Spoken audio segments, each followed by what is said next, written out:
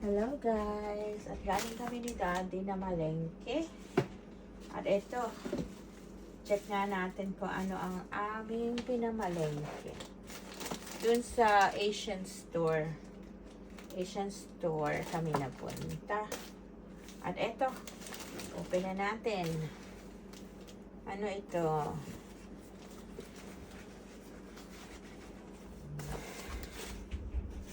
Hello, hello! Ngayon nga pala ay, anong araw? May 18, 2025. Time check, 2:12 p.m. At ang weather ay, I think,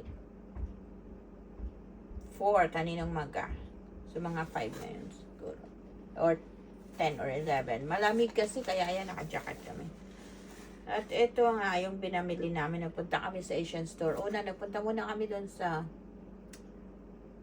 breakfast kami sa Filipino restaurant, and then dumaan na rin kami doon sa Asian store kung saan kami namimili. At ito, bumili ako ng egg, 18 pieces. Ito lagi ang binibili kong egg. Kayo ba, anong binibili? Ito raw yung masarap, free run. So kaya ito lagi yung binibili ko, kaya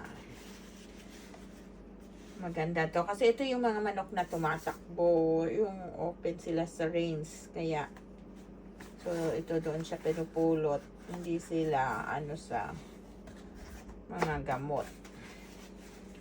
So, ilagay muna natin dyan. Hindi naman ako magluluto pa. Tapos, ito, bumili ako nito Oriental style noodles. Pansit Canton or Pansit Canton na yan. Tapos, ito pa, pansit bihon, kasi mahilig kayo magluto ng pansit. Ayan. Tapos, ito, mahilig si Daddy dito sa kimchi. Kaya, yan, bumili ng kimchi siya. At, bumili siya ng organic green tea, Japanese green tea. Ayan, ito, sili, magkano ito? Teka, kunin natin yung receipt. Yan, para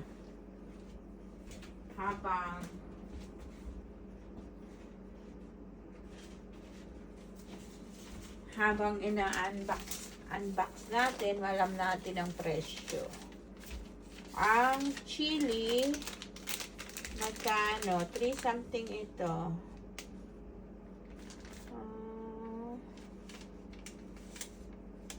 Tuna.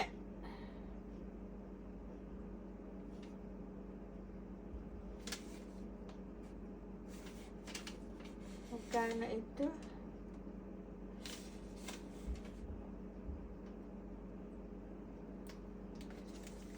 Alam ko 199 ito eh. Ayan, $1.89 for this chili or siling labuyo.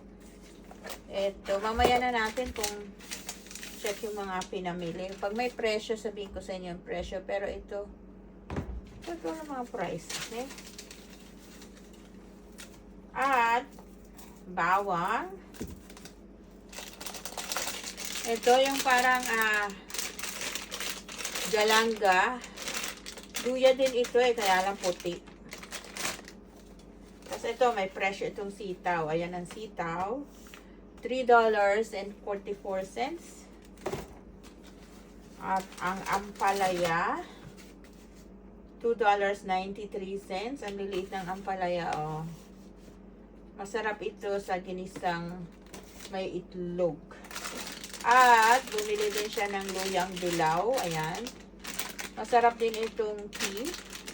Ginagawa ko rin yung tea. At yan, wala na. Ayan. So, lagay muna natin dito. Tapos, ito. Dahon ng saging. Ang grabe guys. Oh, $5.52. Kapiranggot lang. Kasi magluluto ako ng sumang balinghoy. Ayan, may binili akong suman. So, ayan. Tapos, bumili rin siya ng frozen lemongrass.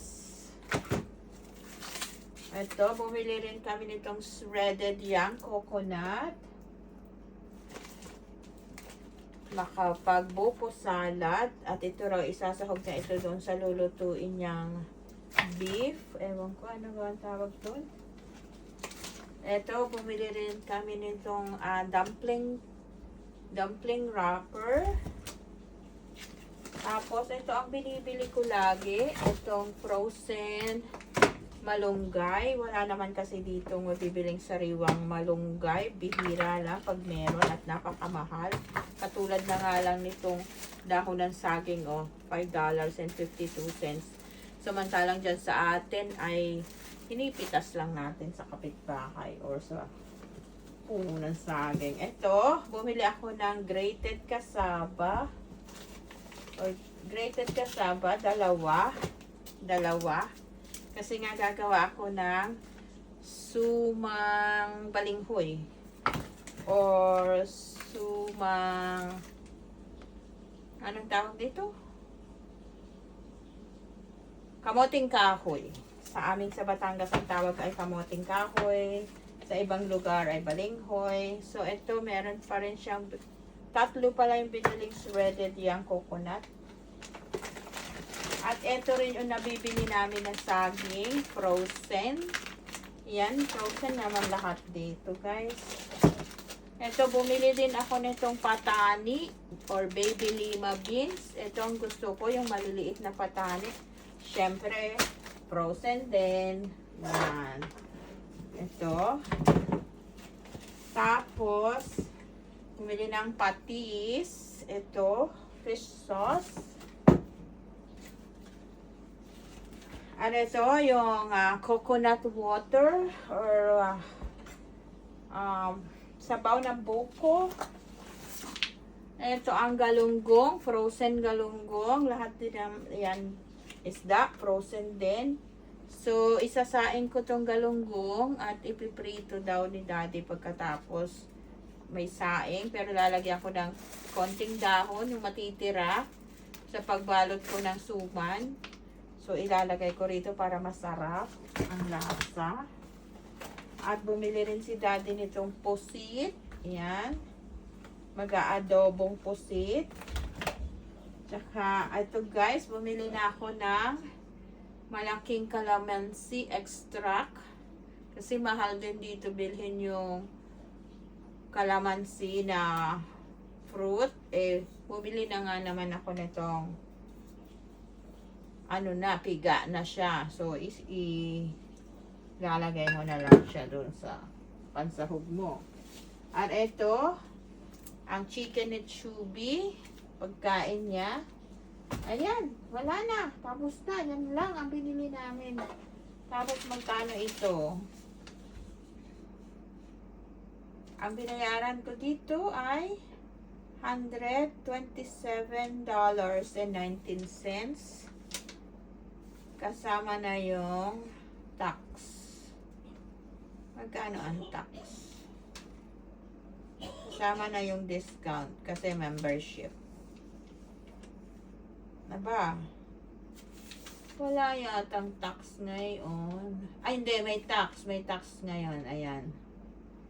May tax. Kasama na ang tax. So, binayaran ko ay $127.19. May environment fee pa. Bottle sales, tax, ayan. At ayan, napakaunti. 127 na agad. Wala pa yung mga karne dyan. Ito lang yung binili kong karne para ka-chubi. Okay guys, ito lang ang aking vlog today. Maraming salamat sa inyong panonood. At ito ang aming grocery dito sa Canada. Bye guys!